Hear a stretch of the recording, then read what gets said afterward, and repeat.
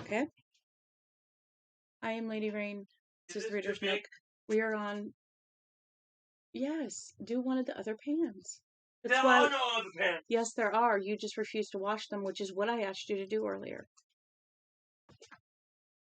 He's mad because I'm asking him to wash your pans.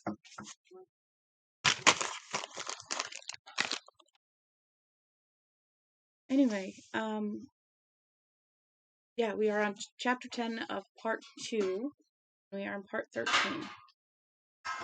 Monday, August 8th. The heat was back. The temperature outside of Newt Beringer's kitchen window was 79 at 7:15 that Monday morning. But Newt wasn't in the kitchen to read it. He was standing in the bathroom in his pajama bottoms, expertly applying his late wife's makeup to his face, and cursing the way the sweat made the pancake clump up. Okay. He had always thought makeup a lot of harmless ladies' foo-fra, but now, trying to use it according to its original purpose, not to accent the good, but to conceal the bad, or at least the startling, he was discovering that putting on makeup was like giving someone a haircut. It was a lot of work, a lot harder, than it looked. He was trying to cover up the fact that, over the last week or so, the skin of his cheeks and forehead had begun to fade. He knew, of course, that it had something to do with the trips he and the others had made into Bobbi's shed. Trips he could not remember afterward, only that they had been frightening, but even more exhilarating. And that he had come out all 3 times, feeling 10 feet tall, and ready to have sex in the mud with a platoon of lady wrestlers. He knew enough to associate what was happening with the shed, but at first he thought it was simply a matter of losing his usual summer tan. In the years before, an icy winter afternoon, in the skidding bread truck had taken her. His wife, Eleanor, liked to joke that all you needed to do was put Newt under one ray of sun after the first day of May, and he turned as brown as an Indian. By late Friday afternoon, however, he was no longer able to fool himself. Okay, we're on Monday. Fool himself about what was going on. He could see the veins, arteries, and capillaries in his cheeks, exactly as you could see them in that model he'd gotten his nephew, Michael, 2 Christmases ago. Amazing Invisible Man, it was called. It was damned unsettling. It wasn't just being able to see into himself either. When he pressed his fingers against his cheeks, the cheekbones felt definitely squashy. It was as if they were, dissolving. Can't go out like this, he thought. Jesus, no. But on Saturday, when he looked in the mirror and realized after some thought and a lot of squinting that the gray shadow he was seeing through the side of his face was his own tongue, he had almost flown over to Dick Allison's. Dick answered the door, looking so normal for a few terrible moments. Newt believed this was happening to him and him alone. Then Dick's firm, clear thought filled his head, making him weak with relief. Christ, you can't go around looking like that, Newt. You'll scare people. Come on in. I'm going to call Hazel. The phone, of course, was really not necessary, but old habits died hard. In Dick's kitchen, under the fluorescent ring in the ceiling, Newt had seen clearly enough that Dick was wearing makeup. Hazel, Dick said, had shown him how to put it on. Yes, it had happened to all the others except for Adley, who had gone in the shed for the first time only 2 weeks ago.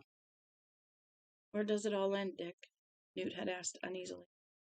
The mirror in Dick's hallway drew him like a magnet, and he stared at himself, seeing his tongue behind and through his pallid lips, seeing a tangled undergrowth, small pulsing capillaries in his forehead. He pressed the tips of his fingers against the shelf of bone over his eyebrows and saw faint finger indentations when he took them away. They were like finger marks in hard wax. right down to the discernible loops and swirls of his fingertips sunk into the livid skin.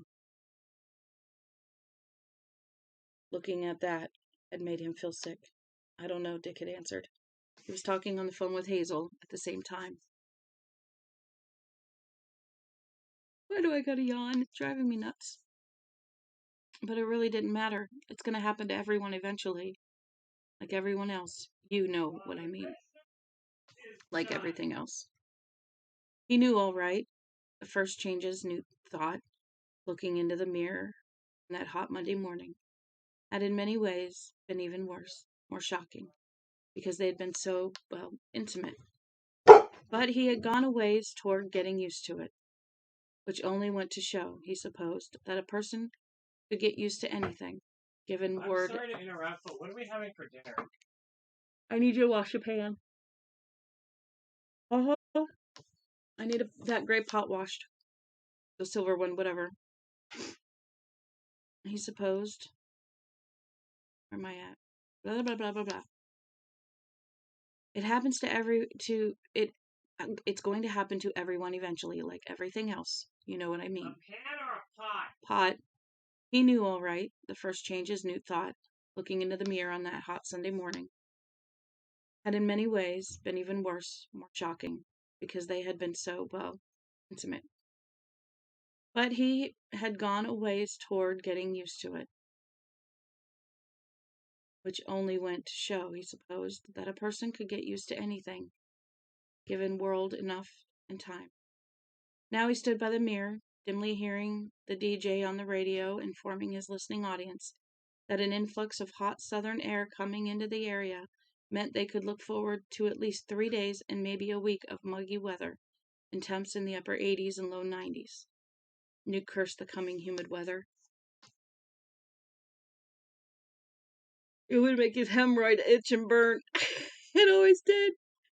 And went on trying to cover his increasingly transparent cheeks, forehead, nose, and neck with Eleanor's Max Factor pancake.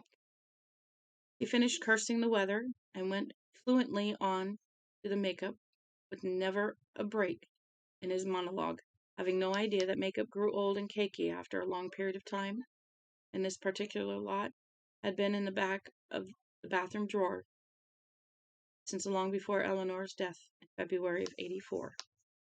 But he supposed he could get used to putting the crap on until such time as it was no longer necessary anyhow. A person could get used to damn near anything.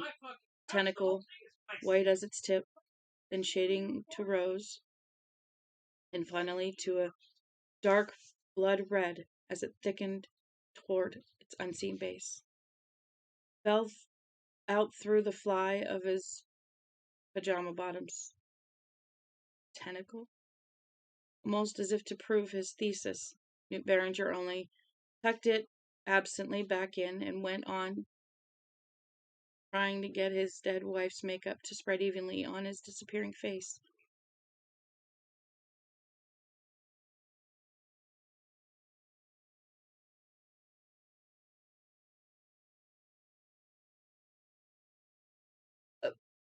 A tentacle, white at its tip, then shading the rose, finally blood red. It thickened toward its unseen base and then fell through the pajama bottoms, and he pushed it back in. A tentacle. Okay, that's new. 14, Tuesday, August 9th. Old Doc Warwick slowly pulled the sheet up over Tommy Jacqueline and let it drop. It bellowed slightly, then settled. The shape of Tommy's nose was clearly defined. He'd been a handsome kid, but he had a big nose, just like his dad. His dad, Bobbi Anderson thought sickly. Someone's going to have to tell his dad, and guess who's going to be elected? Such things shouldn't bother her anymore, she knew. Things like the Jacqueline boy's death. Things like knowing she would have to get rid of guard when they reached the ship's hatchway. But they sometimes still did. She supposed that would burn away in time. A few more trips to the shed. This was all it would take. That was all it would take. She brushed aimlessly at her shirt and sneezed. Except for the sound of the sneeze and the strenuous breath of Hester Brooklyn in the other bed of the makeshift little clinic the doc had set up in his sit-in boom examination room, there was only shocked silence for a moment. Kyle. He's really dead? No, I just like to cover him up that way sometimes for a joke, Warwick said crossly. Shit, man. I knew he was going at 4 o'clock. That's why I called you here. After all, you're the town fathers now, aren't you? His eyes fixed for a moment on Hazel and Bobbi. Excuse me. And 2 town mothers. Bobbi smiled with no humor. Soon there was going to be only one sex in Haven. No mothers, no fathers. Just another Burma shave sign, you might say, on the great road of becoming. She looked from Kyle to Dick to Newt to Hazel and saw the others looked as shocked as she felt. Thank God she was not alone then. Tommy and Hester had gotten back all right, ahead of schedule actually, because when Tommy started to feel really ill, only 3 hours after they had driven out of the Haven-Troy area, he had begun to push it, moving as fast as he could. The damn kid was really a hero, Bobbi thought. I guess the best we can do for him is a plot and homeland. But he was still a hero. She looked toward where Hester lay, pallid as a wax cameo, breathing dryly, eyes closed. They could have, maybe should have, come back when they felt the headaches coming on, when their gums began to bleed. But they hadn't even discussed it. And it wasn't only their gums. Hester, who had been menstruating lightly all during the becoming, unlike older women, had been menstruating lightly. Unlike older women, teenage girls didn't even seem to stop, or haven't yet anyway. Maybe Tommy stopped at the Troy General Store so she could buy heavier sanitary napkins. It had begun to flow copiously. By the time they had brought 3 car batteries and a good used truck battery bought in the Newport Dairy Town Line Auto Supply on Route 7, she had soaked 4 stay-free maxi pads. Their heads began to ache. Tommy's worse than Esther's. By the time they had gotten half a dozen Allstate batteries at the Sears store, and well over 100 C, D, and double and triple A cells at the Dairy True Value Hardware, which had just gotten a new shipment in, they both knew they had to get back quick. Tommy had begun to hallucinate, and as he drove up Wentworth Street, he thought he saw a clown grinning up at him from an open sewer manhole. A clown with shiny silver dollars for eyes, and a clenched white glove filled with balloons. 8 miles or so out of Derry, headed back toward Haven on Route 9, Tommy's rectum began to bleed. He pulled over and, face flaming with embarrassment, asked Hester if he could have some of her pads. He was able to explain why when she asked, but not to look at her while he did so. She gave him a handful, and he went into the bushes for a minute. He came back to the car, weaving like a drunk, one hand outstretched. You gotta drive, Hester, he said. I'm not seeing so hot. By the time they got back to the town line, the front seat of the car was splashed with gore and Tommy was unconscious. By then, Hester herself was unable to see, only through a dark curtain. She knew it was 4 of a bright summer's afternoon, but Doc Warwick seemed to come to her out of a thundery purple twilight. She knew he was opening the door, touching her hand, saying, It's all right, my darling. You are back. You can let go of the wheel now. Back in Haven.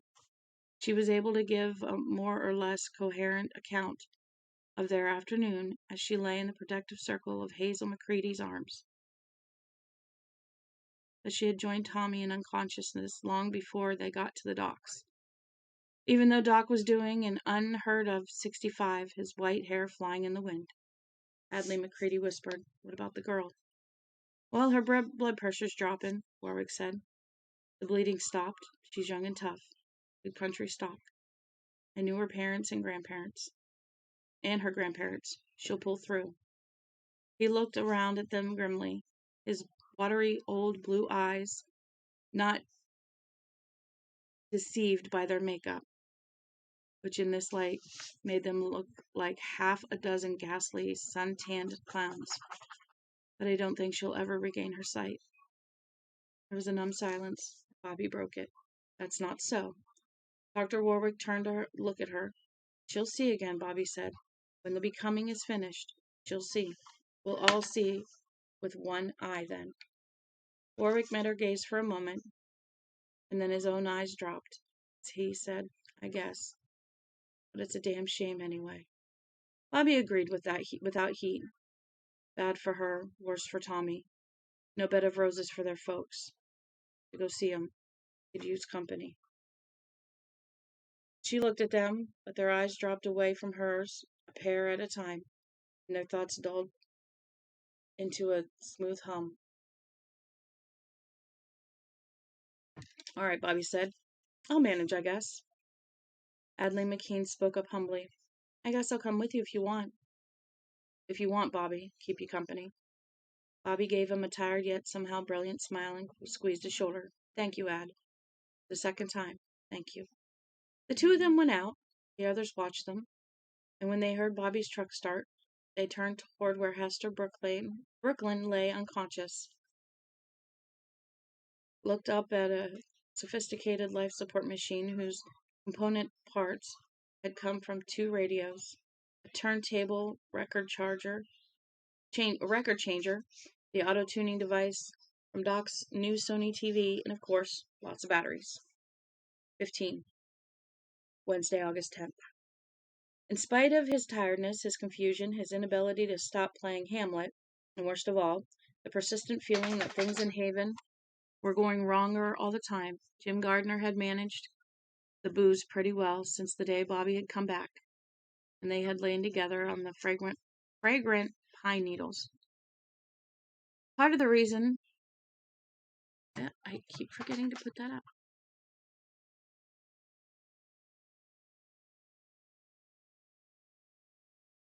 There we go. Reading the Tommyknockers. Part of the reason was pure self-interest. Too many bloody noses, too many headaches. Phoebe! Stop.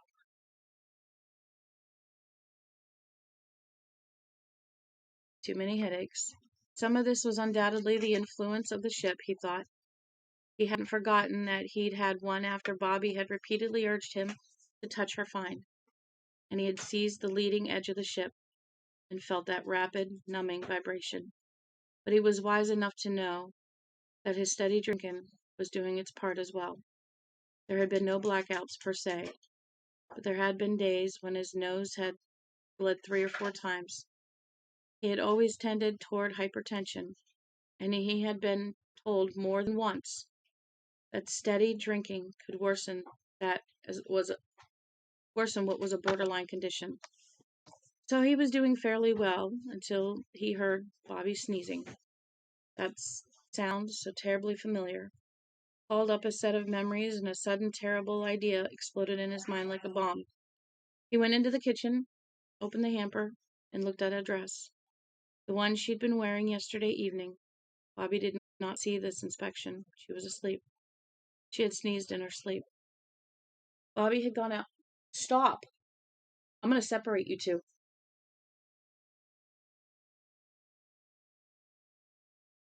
Bobbi had gone out the previous evening with no explanation. She had seemed nervous and upset to Gardner, and although both of them had worked hard all day, Bobbi had eaten almost no supper. Then, near sundown, she had bathed, changed into a dress, and driven off into the hot, still, muggy evening.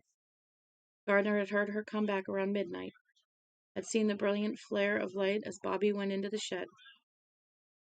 He thought she came back in around first light, but wasn't sure. All day today, she had been morose, speaking only when spoken to, and only then in monosyllables. Gardner's clumsy efforts to cheer her up met with no success. Bobbi skipped supper again tonight. and just shook her head when Gardner suggested a few cribbage hands on the porch, just like in the old days. Bobby's eyes, looking out of that weird coating of flesh-colored makeup, had looked somber and wet. Even as Gardner noticed this, Bobby yanked a handful of Kleenex from the table behind her and sneezed into them 2 or 3 times rapidly. "Summer cold, I guess. I'm gonna hit the rack, Guard. I'm sorry to be such a party pooper, but I'm whipped." "Okay," Guard said. Something, some remembered familiarity, had been gnawing at him, and now he stood here with her dress in his hands, a light, sleeveless summer cotton. In the old days it would have been washed this morning, hung on the line out back to dry, ironed after supper, and back in the closet again long before bed. But these weren't the old days. These were the new and improved days, and they washed clothes only when they absolutely had to. After all, there were more important things to do, weren't there?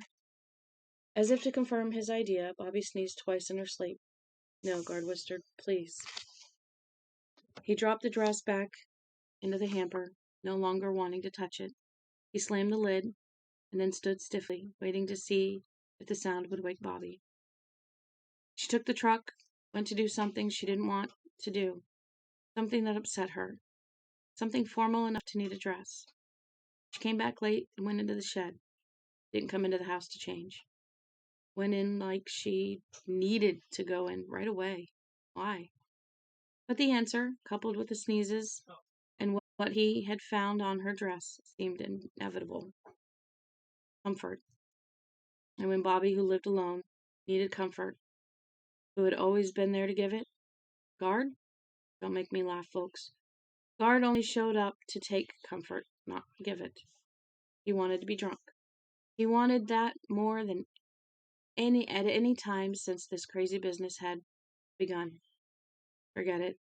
As he turned to leave the kitchen where Bobby kept the alcoholic staples as well as the clothes hamper, something clicked to the boards. He bent over, picked it up, examined it, bounced it thoughtfully on his hand. It was a tooth, of course, big number 2. He put a finger in his mouth, felt the new socket, looked at the smear of blood on his finger pad. He went to the kitchen doorway and listened. Bobby was snoring gustily in her bedroom. It sounded as if her sinuses were closed up as tight as time locks. "Summer cold," she said. "Maybe so. Maybe that's what it is." But he remembered the way Peter would sometimes leap up into her lap when Bobby sat in her old rocker by the windows to read, or when she sat out on the porch. Bobby said Peter was most apt to make one of his boob-destroying leaps when the weather was unsettled, just as he was apt to bring on one of her allergy attacks when the weather was hot and unsettled. "It's like he knows," he said once, and ruffled the beagle's ears. "Do you, Pete?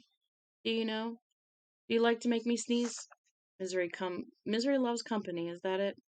And Peter had seemed to laugh up at her in that way of his. Gardner remembered. When Bobby's return had briefly wakened him last night, Bobby returned in that flare of green light, hearing distant and meaningless heat-wave thunder. Now he remembered that sometimes Pete needed a little comfort too, especially when it thundered. Pete was deathly afraid of that sound of thunder. Dear Christ, has she got Peter out in that shed? And if she does, in God's name, why? There had been smears of some funny green goo on Bobby's dress, and hairs. Very familiar, short, brown and white hairs. Peter was in the shed, and had been all this time. Bobby had lied about Peter being dead. God alone knew how many other things she had lied about. But why this? Why? Garner didn't know. He changed direction, went to the cupboard to the right, and beneath the sink, bent, pulled out a fresh bottle of scotch, and broke the seal. He held the bottle up and said, "To man's best friend." He drank from the neck, gargled viciously, then swallowed. First swallow. Peter, what the fuck do you do to Peter? What the fuck did you do to Peter, Bobbi? He meant to get drunk. Very drunk. Fast. Book 3, The Tommyknockers. Meet the new boss. Same as the old boss. The Who. Won't get fooled again. Over the mountain, thunder, magic foam. Let the people know my wisdom. Fill the land with smoke. Run through the jungle. Don't look back to see. Creedence Clearwater Revival. Run through the jungle. I slept and I dreamed the dream. This time there was no disguise anywhere. I was the malicious male-female dwarf figure. The principle of joy in destruction. Saul was my counterpart. Male-female. My brother and my sister. And we are dancing in some open place. Under enormous white buildings. Which were filled with hideous, menacing black machinery. Which held destruction. But in the dream, she and I were friendly. We were not hostile. We were together in spiteful malice. There was a terrible yearning nostalgia in the dream, the longing for death. We came together and kissed in love. Terrible. And even in the dream I knew it. Because I recognized in the dream, those other dreams we all have, when the essence of love, tenderness, is concentrated. Okay, what are you cooking? How many pots am I washing? 1. What are you cooking? Macaroni. Cheese? I'm going to make cheese out of Velveeta. So I'll make that in a minute. I thought we had a craft. I don't know. Go ahead and look. Of tenderness is concentrated into a kiss or a caress.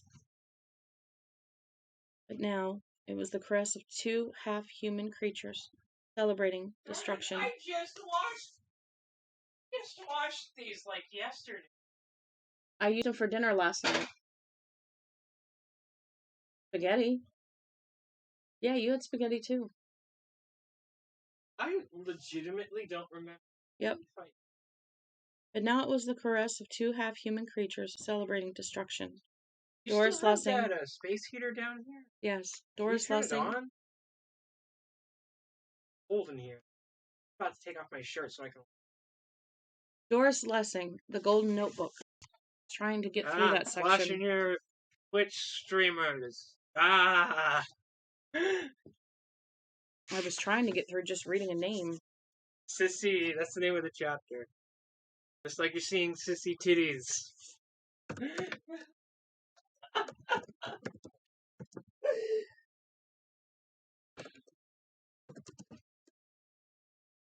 Alright, chapter 1. Alright. Part 3, chapter 1. And again, there are 10. Yeah, these chapters are like extremely long. Like at some point they get to like 40 sections. Oh yeah! So. Okay. Make all 5 then. There's milk in the fridge. I'm gonna need borrow your.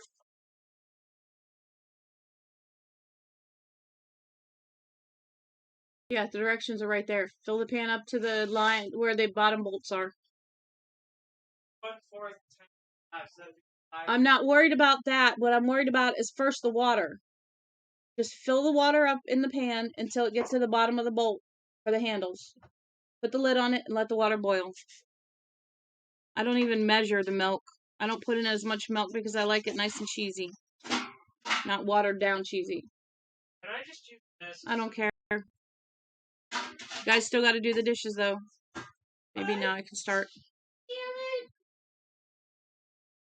Part 3, Chapter 1, Part 1. Sissy. Chapter 1 is called Sissy. I hope you enjoyed the flight. The stewardess by the hatch told the 40-ish woman who left Delta's Flight 230 with a trickle of other passengers who had stuck it out all the way to Bangor, 230's terminating point. Bobbi Anderson's sister Annie, who was 40, but who thought 50 as well as looking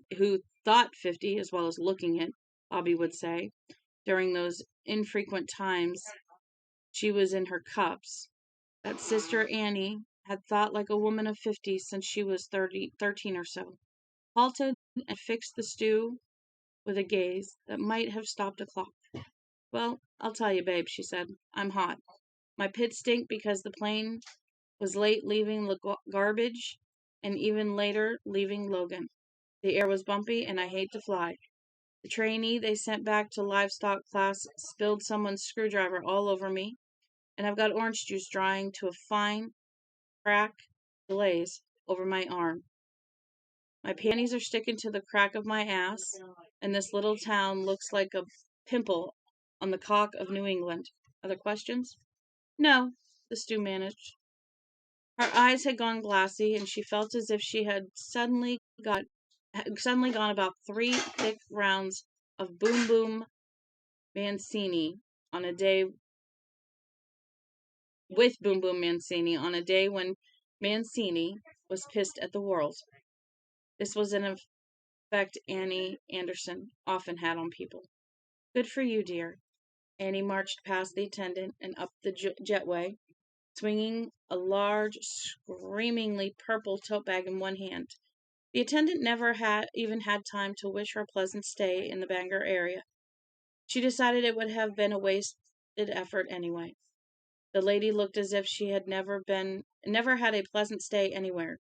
She walked straight, but she looked like a woman who did it in spite of pain somewhere, like the little mermaid who went on walking even though every step was like knives in her feet. Only the flight attendant thought, if you, babe, has got a true love stashed anywhere, I hope to God he knows about the mating habits of the trapdoor spider. 2. The Avis clerk told Annie she had no cars for rent, that if Annie hadn't made a reservation in advance, You got a hair tie? she was out of luck, so sorry. You have a hair tie down here? Not on me, no. Dog, down! Phoebe, down! stop! Stop yelling. Stop! Stop jumping. Stop jumping. You are not going to jump. Sit. Are there gummy bears Sit. in this box? Sit. No. Am I going to get... Go look up on